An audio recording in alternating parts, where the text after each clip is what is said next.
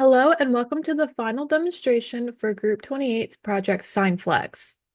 The SignFlex team consists of two computer engineers and two electrical engineers, Antonius, Ryan, Madison, and Esteban.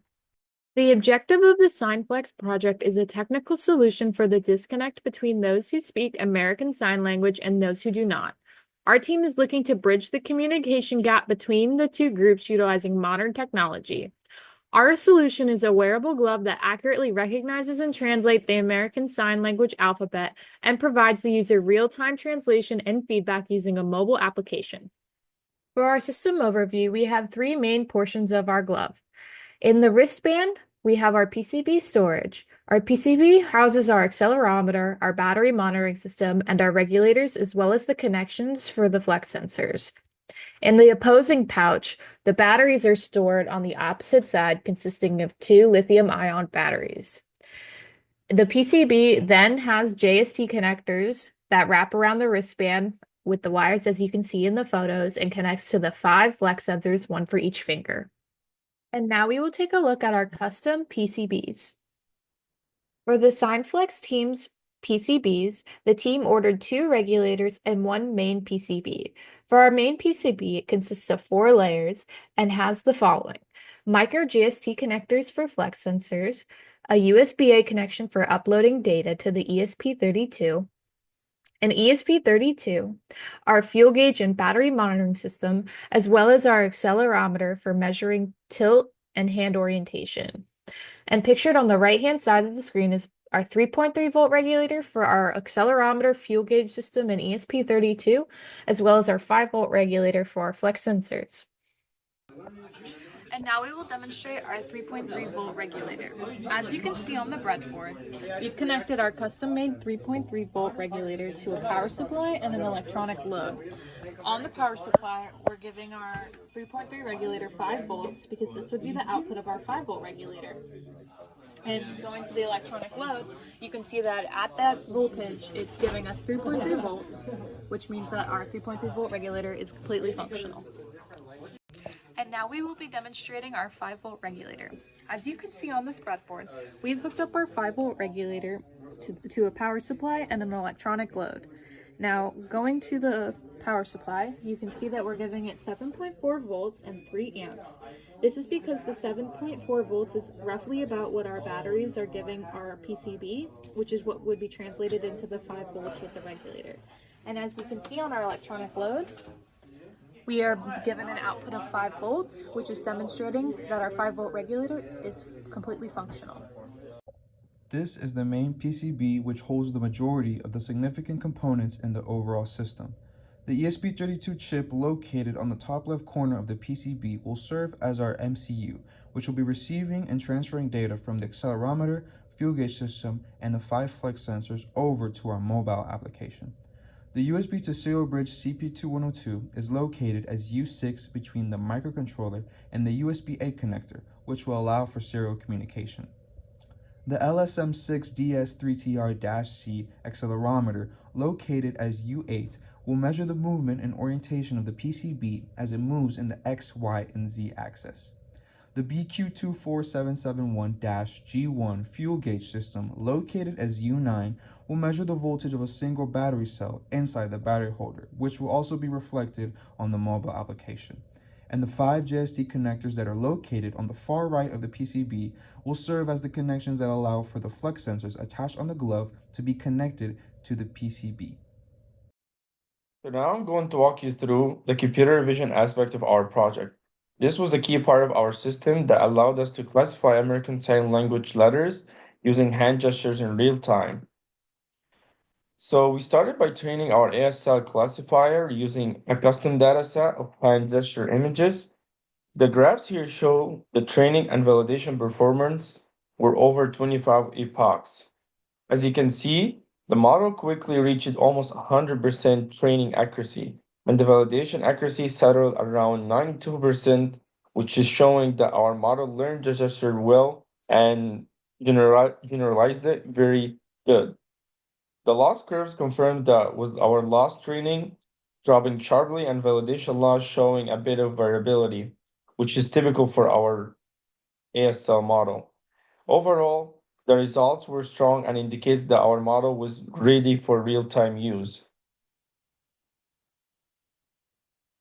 And once the model was trained, we deployed it in our Android app and we tested it with our SignFlex glove. And as you can see in these pictures, the results of the letter A and the letter B, the system consistently predicted them correctly, with response times around 20 to 27 milliseconds and accuracy between 91% and 99%, which matches our requirements for this project.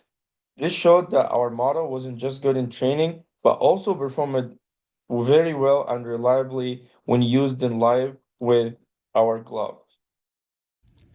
In this scenario, we'll be demonstrating the computer vision. A, B, C, D, F, D, F, L, Y, Q, N, M, W, X, R,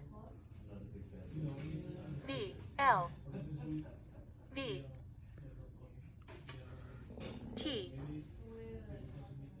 A, B, C, D, E, F, G, H, R, I, K, D, L, V, M, N, D, B, O, P, Q, R, F, R, M, S, T, V, T, V, W, X, Y. Now we're going to show the mobile app. This is our dual mode ASL recognition system, also known as our mobile app interface. We have 4 screenshots showing certain features of the app. If you go to the left side, our first screenshot is our login and authentication.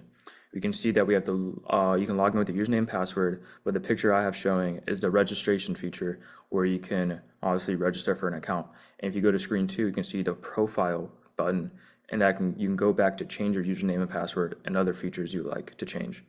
If we go to screen 2, you can see it's our intuitive navigation with our clear action buttons, showing all the other features of the app, where you can do the direct connection to the ESP32 and all other features featuring Bluetooth. Also with our camera ASL, glove sensor, and dual mode, and it gives back real-time letter prediction display with visual feedback. If we go to our right side, with the screenshot number 3, you can show our dual ASL recognition, which takes the Tony computer vision and our flex sensor output and fuses the data to give one correct output. We have it where thresholds of 80+% accuracy, so it doesn't constantly spit out random data, so we can make sure it's always giving something accurate and reliable data. And it gives you feedback such as waiting for accurate signal for low confidence detections. If you go to screen 4, we go back to the main screen, and you can see the comprehensive glove sensor reading display featuring the battery monitor and the flex sensor ankle measurements for all 5 fingers that it's getting from the ESP32. Also with real-time metrics tracking. Yeah, so overall, the SignFlex mobile app provides comprehensive ASL recognition solution with camera-based and hardware-based app. When you first open the app, it will take you to the login screen. Since we're a new user, we'll click on the register screen on the bottom. Let's do test at example.com, test 1, 2, 3, and then test 1, 2, 3. Once you register, we'll take you to the home screen. And if we close the app and reopen it, we'll still be logged in. Once you're taken to the home screen, if you scan for the glove, you'll be connected to the ESP32 as its name for an ASL glove, so it won't connect to any other ESP32. As you can see, in real time, the flex sensor data will change as you bend the glove back and forth. From here, you can go to the camera ASL, which can detect a letter. Q. Since we're not doing any letter, it won't be detected anything, as the accuracy shows. And from here, you can go to your profile if you want to see. That's the username and email we put in. You can update your profile and change your password as you like. And from here, you can go to our the flex sensor data output, where you can see the serial monitor and real-time data output between each raw sensor data from the flex sensors for each finger, along with the battery percentage. If you go to, let's connect back to the ESP32. If you go to the dual ASL, this is where our combined Q. recognition kicks in. Since we have no accurate data, because we have a threshold of 85%, the combined recognition won't put out an output until it reaches that 85% threshold. The camera will think what it detects, but the accuracy is not accurate, so it won't spit it out. And the same with the flex sensor. For this portion, we will have a project demonstration highlighting our engineering specifications. And now we'll be demonstrating our moving letter, which is J and Z. So we start with J. J. Following up our second movement letter, which is Z. Z. In this scenario, we'll be demonstrating static letters. A. B. C. E.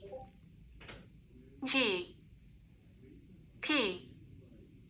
For our first scenario, we will take a closer look at the computer vision.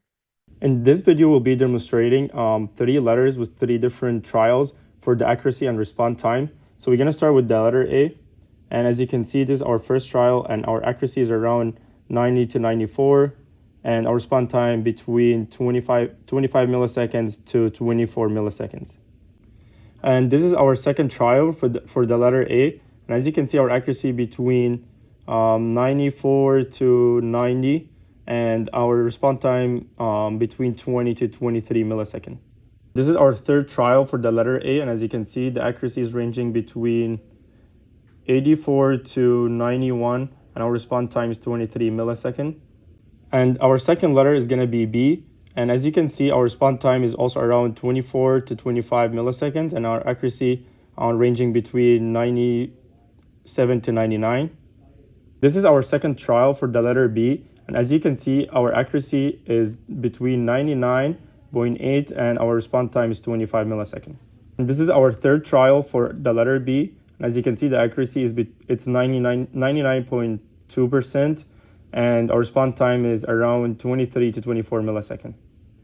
And our third letter is going to be C, and as you can see, the accuracy is also ranging between 98 to 95, and our response time between 23 to 24 milliseconds.